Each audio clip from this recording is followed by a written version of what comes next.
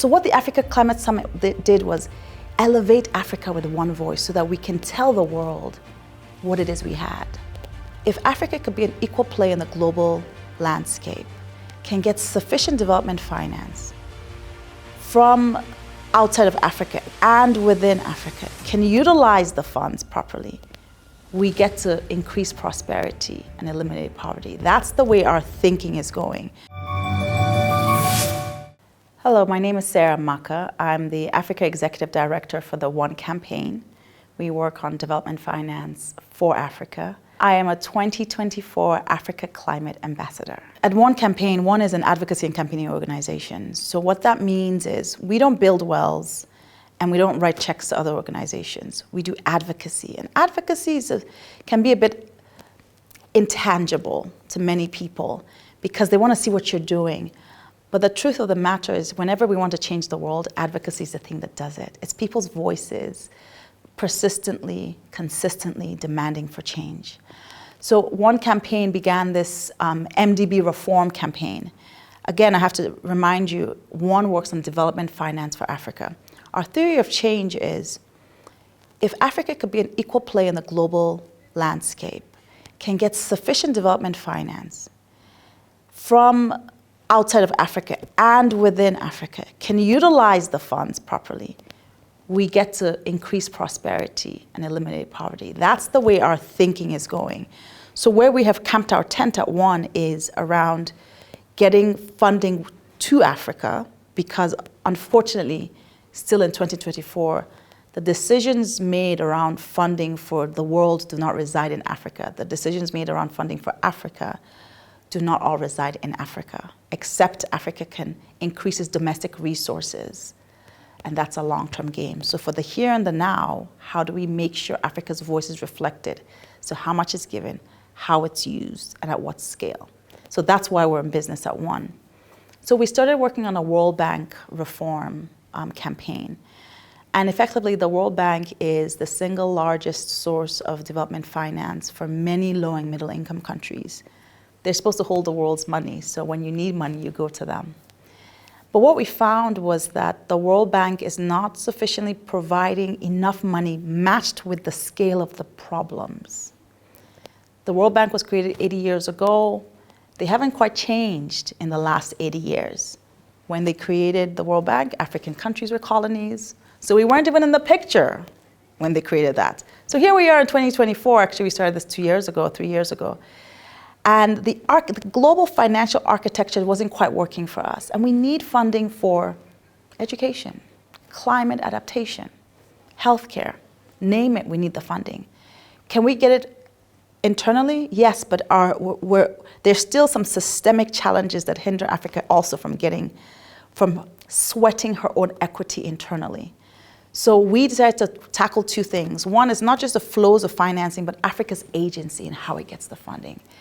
We want to have our voice be equal with the rest of the world. And so we started MDB reform campaign, creative ways of using things like SDRs, which is special drawing rights, to give African countries more liquidity in their economy. This was at the heels of the pandemic, and the fiscal space just really decreased. And as we were looking for expanding money from the World Bank towards African countries, the question became, where will it be used towards? And it was development and climate. Now I use the word development and climate, they're linked, but really climate is part of development. We called it out, but the reality on the continent is if we don't address climate, we don't address development. There is a dichotomy between how climate is seen on the continent and other places. Sometimes in other places it's about mitigation, it's about reuse, how you use resources, so you don't increase the emissions of carbon. On the continent, it's about reducing the emissions of carbon, but we're a lot more pragmatic about it. It's about clean cooking. It's about resilient seeds. It's about the practical ways in which we live and how do we mitigate what's coming at us. And we didn't cause it. So here we are at the crossroads where we're asking for all this money, but what we also wanted to do at One is to deploy the money towards climate. And so that's how I started my journey in the climate space. It's really from the lens of the financing and how African governments in particular can deploy into adaptation for the continent. I will correct one thing that I typically don't like to hear. I don't like development versus. We need to turn that versus into and actually subsumed. There are these dolls where one goes into the other, and they become one doll, you see. That's how I see climate change and development. The big umbrella is development. What does development look like for Africa?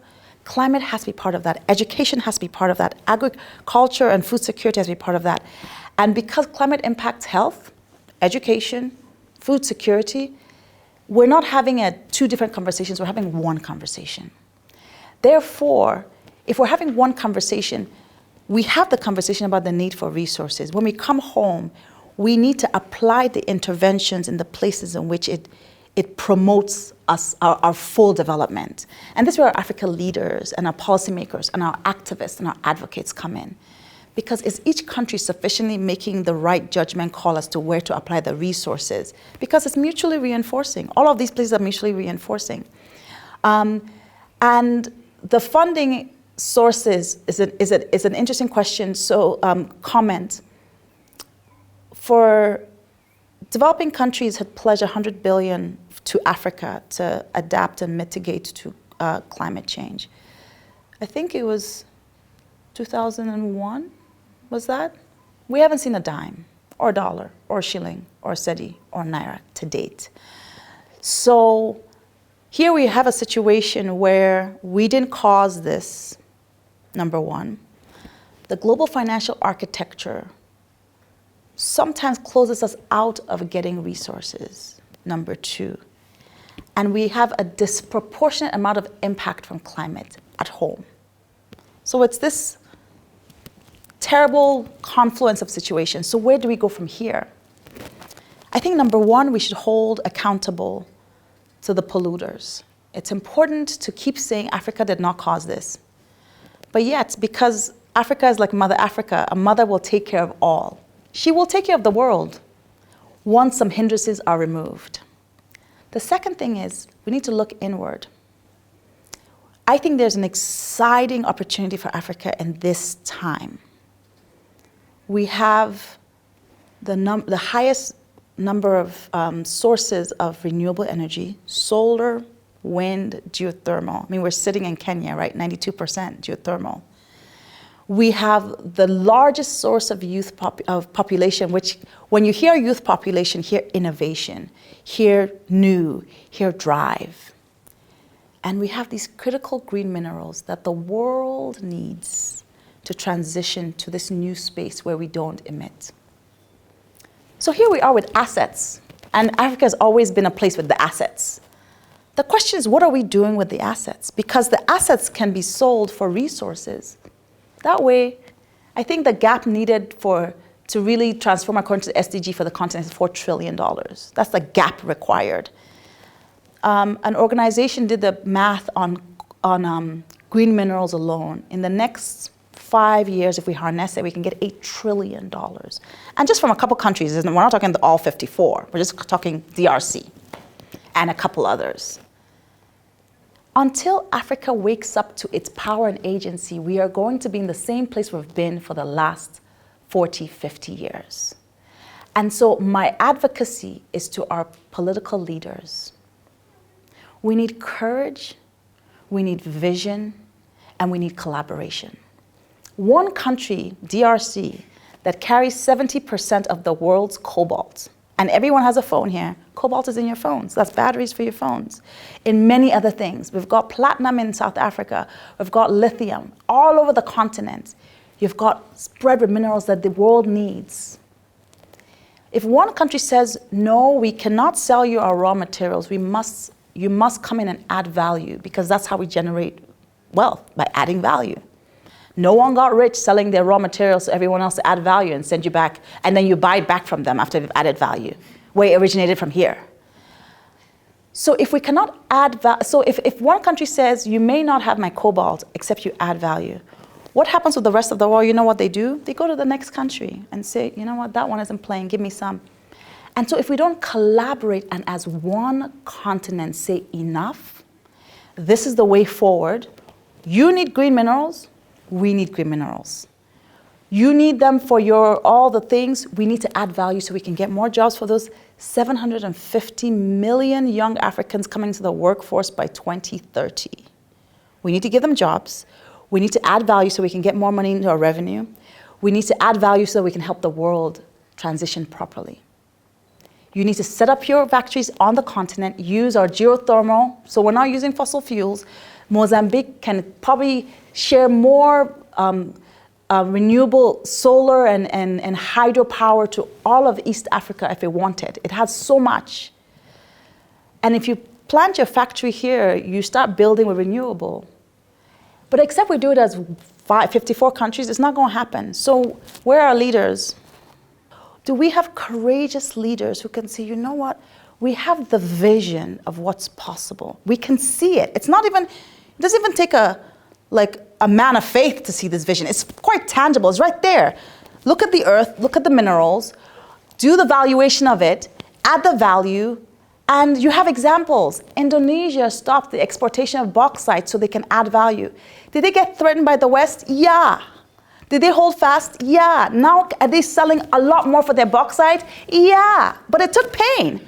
If Indonesia can do it, why can't 54 African countries decide to do that? But until we have the courage to do that, we'll keep having this conversation.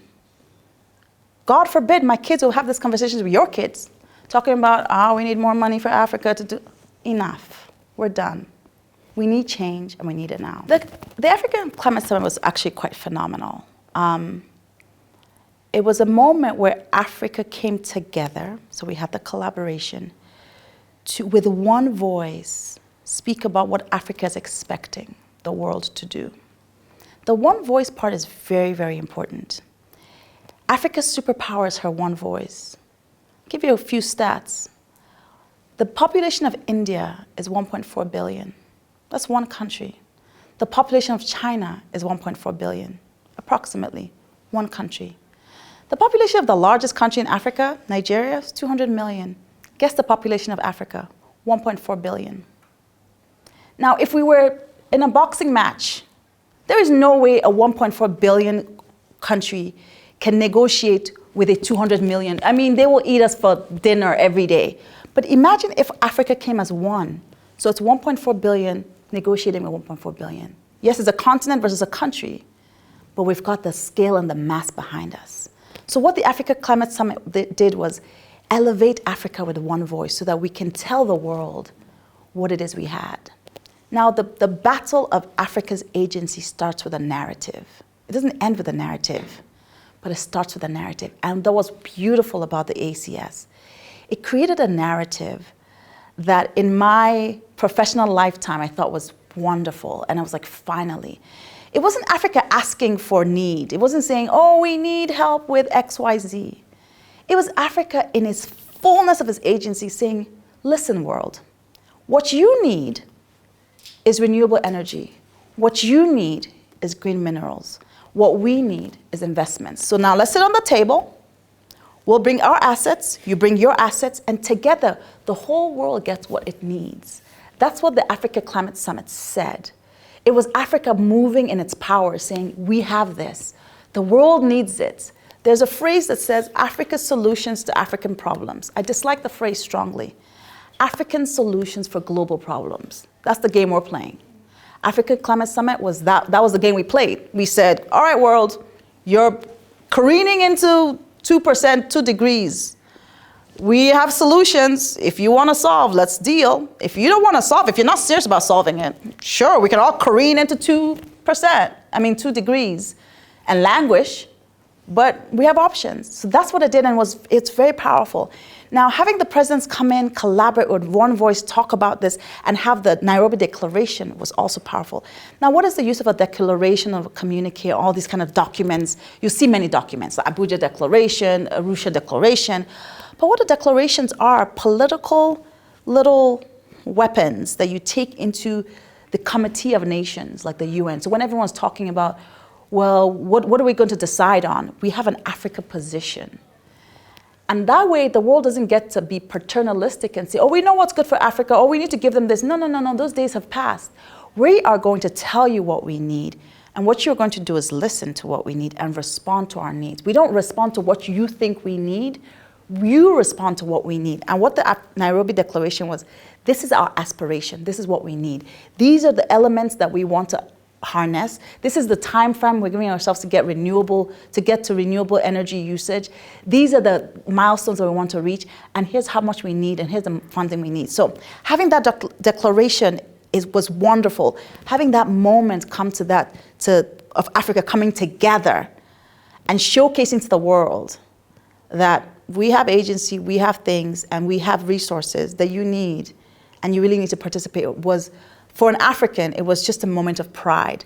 Now, it starts there, but it never ends there. So the next question is, until we can actualize what's in that declaration, we literally have to break it down and say, who is the one holding our governments to account? Okay, we said we're going to get renewable by this timing, 56 years, or get this much kilowatts of power generated through renewable energy. Who's tracking us to say, we haven't really started anything, or we have? That's the work that we all need to do together. Now, being an African, I always like to get an African, I call them my avatar, the one I'm speaking with. She's usually a young girl from a rural part of Nigeria, maybe has 4 kids. How do I get her to engage in this Nairobi conversation happening far away from her village? And she's trying to get her kids prepared for school. Like, she's just trying to, have you had breakfast? Like, this is her.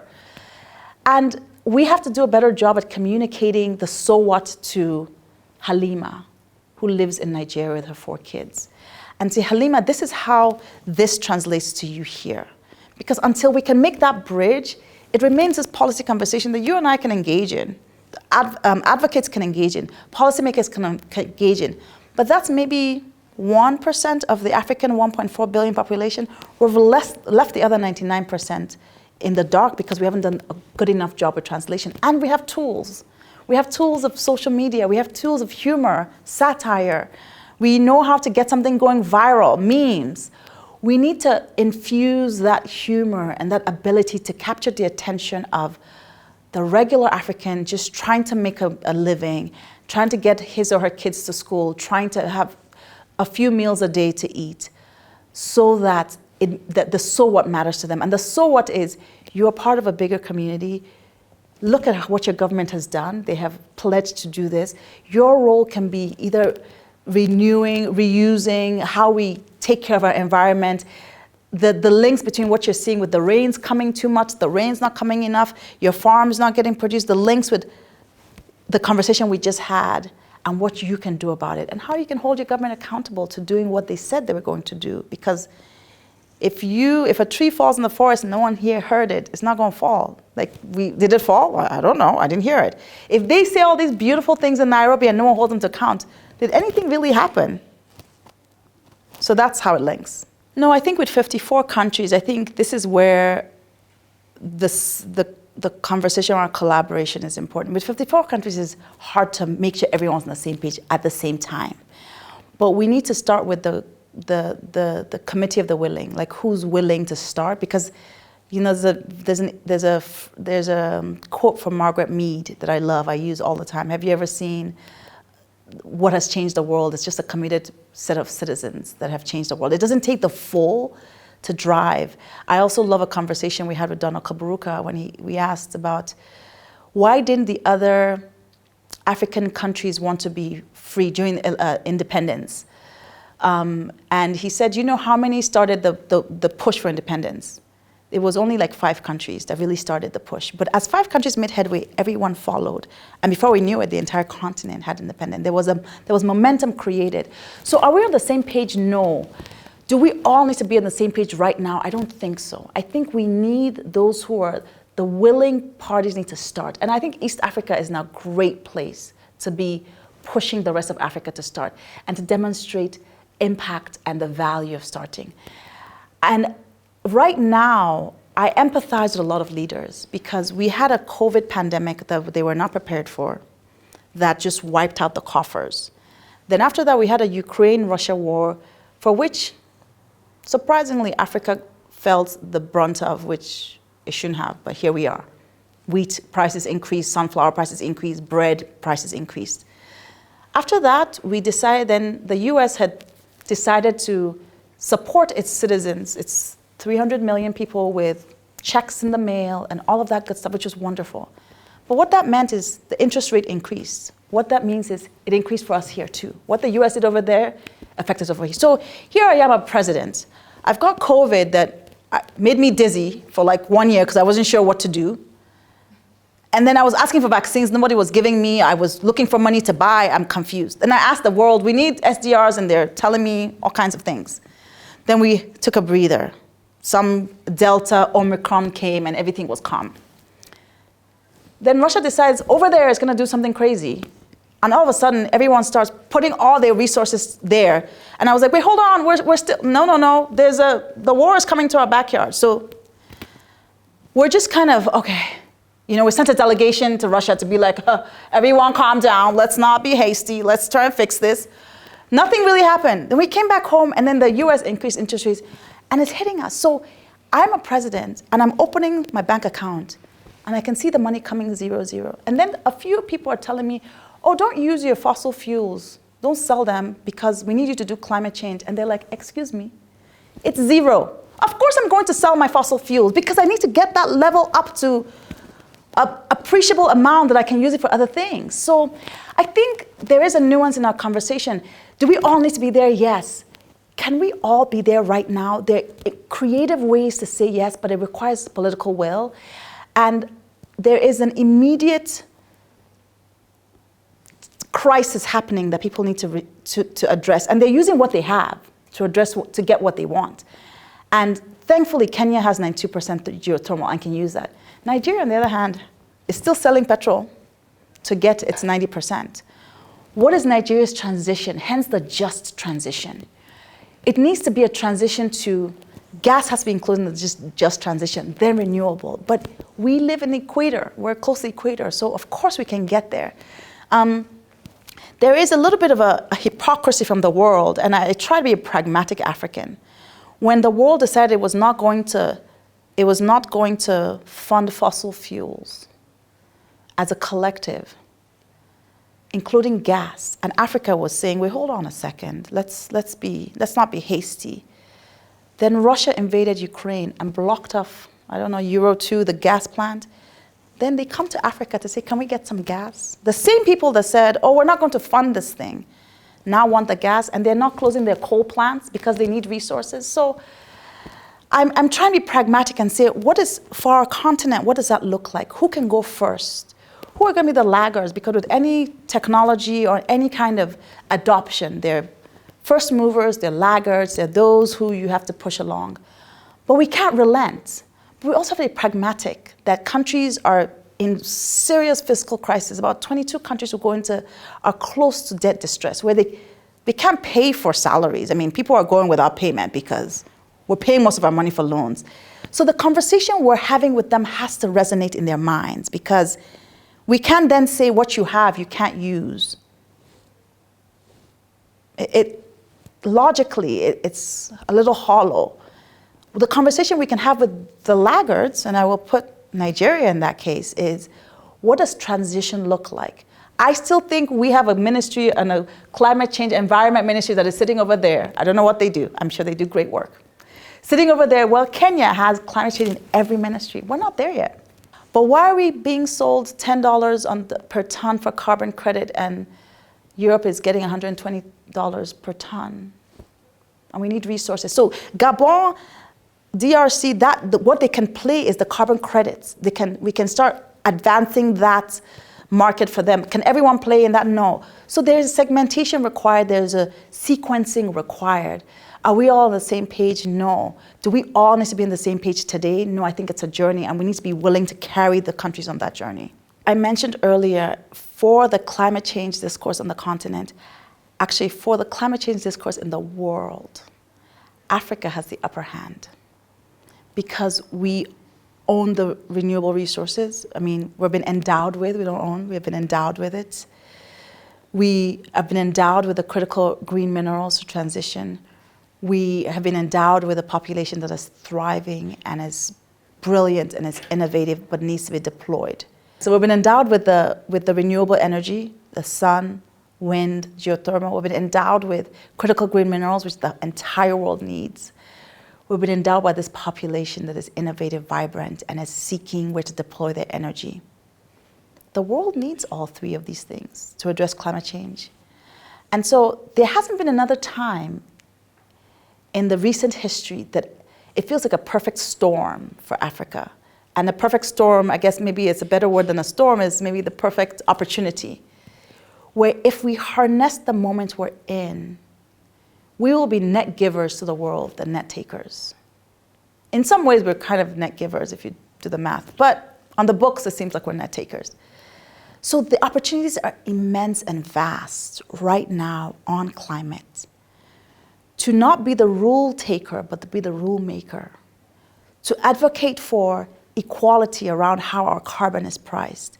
To attract manufacturing so we emit less into the atmosphere as we produce here on the continent, and then reduce the cost of transportation to other places. So there's so many elements that are bright and opportunistic. The question is, will we take advantage of it? And that's where the conversation turns in my mind. If we don't have the courage, if we can't see what's happening, and we don't have the courage and the ability to collaborate ourselves, we have let another moment go that feels to me like it's a once-in-a-generation moment. And we are in a once-in-a-generation moment to turn the tide on Africa's global development, economic development trajectory. And my work and my prayer is that we can harness this moment.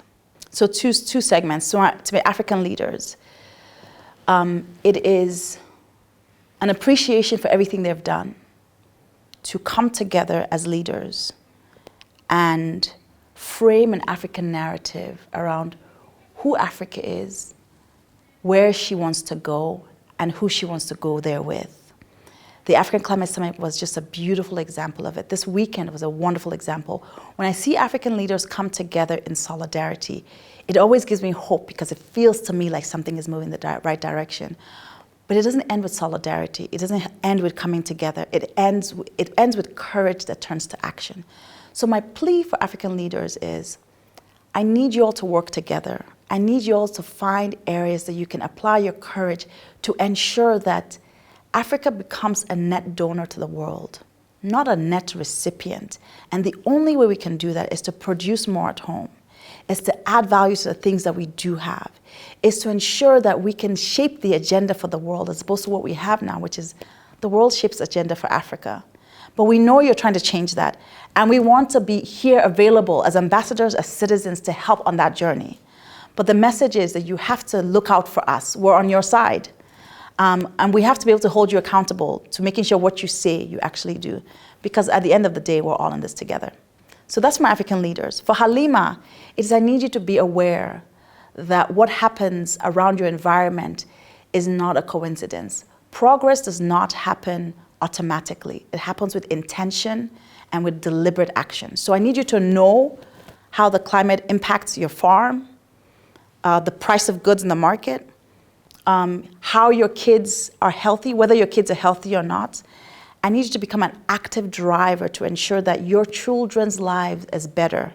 In 10, 20, 30 years, they live in a better world than which you found. And to do that, we need to start making moves today to make sure that those kids' lives are impacted for the better.